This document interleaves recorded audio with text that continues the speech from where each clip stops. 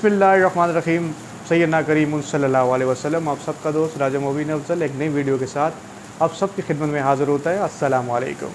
आज मैं बात करूँगा डब्बू, यानी कि डब्बू आप समझ गए होंगे, डब्बू फवाद चौधरी के हवाले से। फवाद चौधरी के हवाले से आज मैं बात करूँगा। फवाद चौधरी साहब ऐसे महान आदमी हैं, यानी कि उनको इतनी रिस्पेक्ट और इतनी इज़्ज़त किसी भी पार्टी से नहीं मिली जितनी रिस्पेक्ट और जितनी इज़्ज़त उनको इमरान खान साहब ने दी। खान साहब ने उनको बड़ी वैल्यू दी, बड़ी बड़ी पोजीशन में बैठाया और उनको अपने साथ बैठाया। जब भी इम्पोर्टेंट मीटिंग हुआ करती थी प्राइम मिनिस्टर साहब की या उससे पहले, तो फवाद चौधरी साहब खान साहब के साथ होते थे और खान साहब ने उनको इतनी वैल्यू, इतनी रिस्पेक्ट दी। लेकिन आपने देखा कि डब्बू को भागते हुए भी आपने देखा और फिर रास्ते बदलते हुए भी आपने देखा। तो आखिर में जब डब्बू साहब को कोई रास्ता नहीं मिला और वो भाग भाग के थक के, तो अभी वो क्या काम कर रहे हैं इसके बारे में हम आपको बताएंगे, तफसील के साथ हम आपको बताएंगे। मैं आपको बताना चाहता हूँ कि जब ये प्राइम मिनिस्टर साहब का हल्फ हुआ, यानी कि केयर टेकर जो गवर्नमेंट बनी, इसमें जब प्राइम मिनिस्टर साहब और उनकी जो काबीना है उनका हल्फ लिया गया, वहाँ पे फवाद चौधरी साहब ने अपनी वाइफ को भेजा और उनकी जो वाइफ थी उन्होंने बड़ी कोशिश की और ताकि वो आर्मी चीफ तक पहुंच सकें।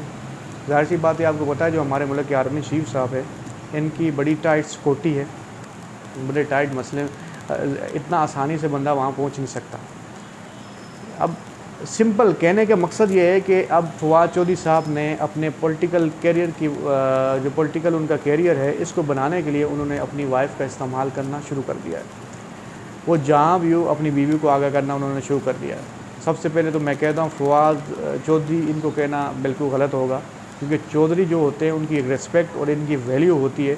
फवाद चौधरी वो एक घटिया तरीन आदमी है जिसकी वैल्यू ना पाकिस्तान के अंदर है ना पाकिस्तान के बाहर है, कहीं भी इसकी वैल्यू नहीं है। ये ज़ीरो आदमी है। अपने हल्के में अगर ये जाएगा तो इसको जूते ही पड़ेंगे 110%। और मैं आपको ये भी बताना चाहता हूँ, ये जो निगरान सेटअप बना है, इसके आगे भी कुछ लोग ऐड होंगे, तो उसमें फवाद चौधरी साहब बड़ी कोशिश कर रहे हैं कि निगरान सेटअप में मुझे सेट किया जाए, क्योंकि फवाद चौधरी साहब को पता है कि अब मैं इलेक्शन लड़ नहीं सकता और इलेक्शन लड़ के मैं जीत नहीं सकता, क्योंकि लोग इमरान खान साहब से मोहब्बत करते हैं, लोग खान साहब से मोहब्बत करते हैं और लोगों को पता है कि फवाद चौधरी ने जो बेगैरती की है, जो फवाद चौधरी ने बेवफाई की है इमरान खान साहब के साथ, अब लोग वोट तो वोट इसको डंडे और अंडे मारेंगे। इसका इस्तकबाल भी इस तरह से होगा।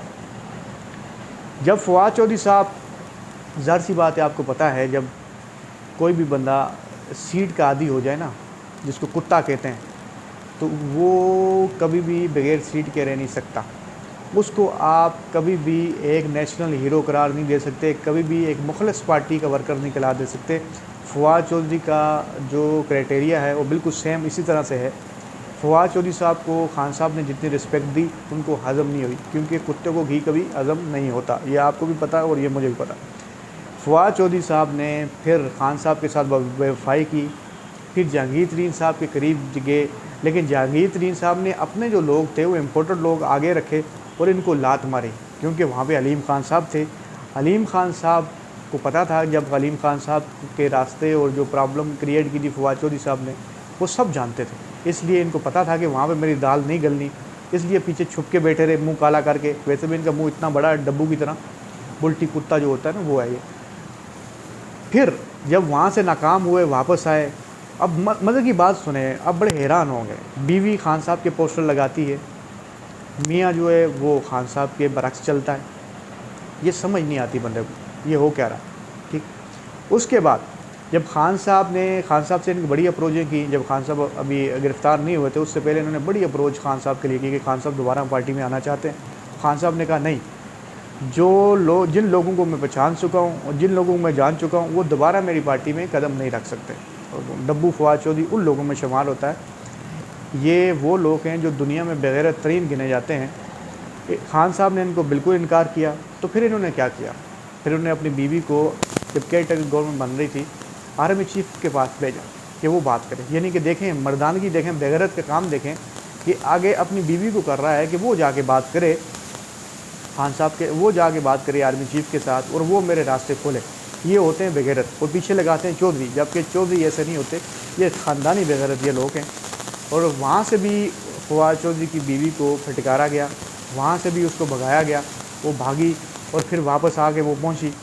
और अब मज़े की बात सुने, वापस पहुँच के अभी भी ये कोशिश कर रहे हैं कि किसी तरह हम केयर टेकर गवर्नमेंट के अंदर आ जाएँ, क्योंकि इनको पता है वोट हमें किसी ने नहीं देना। और मैं सारी आवाम को, खान साहब के फॉलोअर को, सबको मैं बताना चाहता हूँ, जो भी लोग इनके साथ एड हैं, जैसे भी हैं, याद रखें ये वो लोग हैं, इनकी वजह से खान साहब को ये दिन देखना पड़ रहा है, इनकी वजह से खान साहब को नुकसान हुआ है। पीटीआई को जो नुकसान हुआ है उसकी सबसे इम्पोर्टेंट जो वजह थी वो फवाद हुसैन चौधरी साहब। ये बातें मैंने आपको बतानी थी और आगे भी इन्फॉर्मेशन, मोस्टली बहुत इन्फॉर्मेशन आपको दूंगा, काफ़ी लोगों के बारे में दूंगा, उन्होंने क्या क्या खान साहब के साथ किया और क्या क्या उन्होंने हाथ आखिर में किए हैं। लेकिन अल्लाह के हुक्म से खान साहब एक बहादुर जुर्रत मनाना तरीके से डटे हुए हैं। उनको पता है कि हक़ और सच की जीत होती है और वो दिन दूर नहीं कि जब आवाम दोबारा उनको मुंतखब करेगी और आवाम दोबारा उनको प्राइम मिनिस्टर बनाएगी और इस मुल्क को संवारने के लिए और इस मुल्क को यकसा करने के लिए इमरान खान की ज़रूरत है और वो सारी कौम इस चीज़ को जानती है। दुआओं में याद रखिएगा। एक नई वीडियो के साथ फिर हाज़िर होऊंगा आपके पास। अस्सलामु अलैकुम, फ़ी अमान अल्लाह।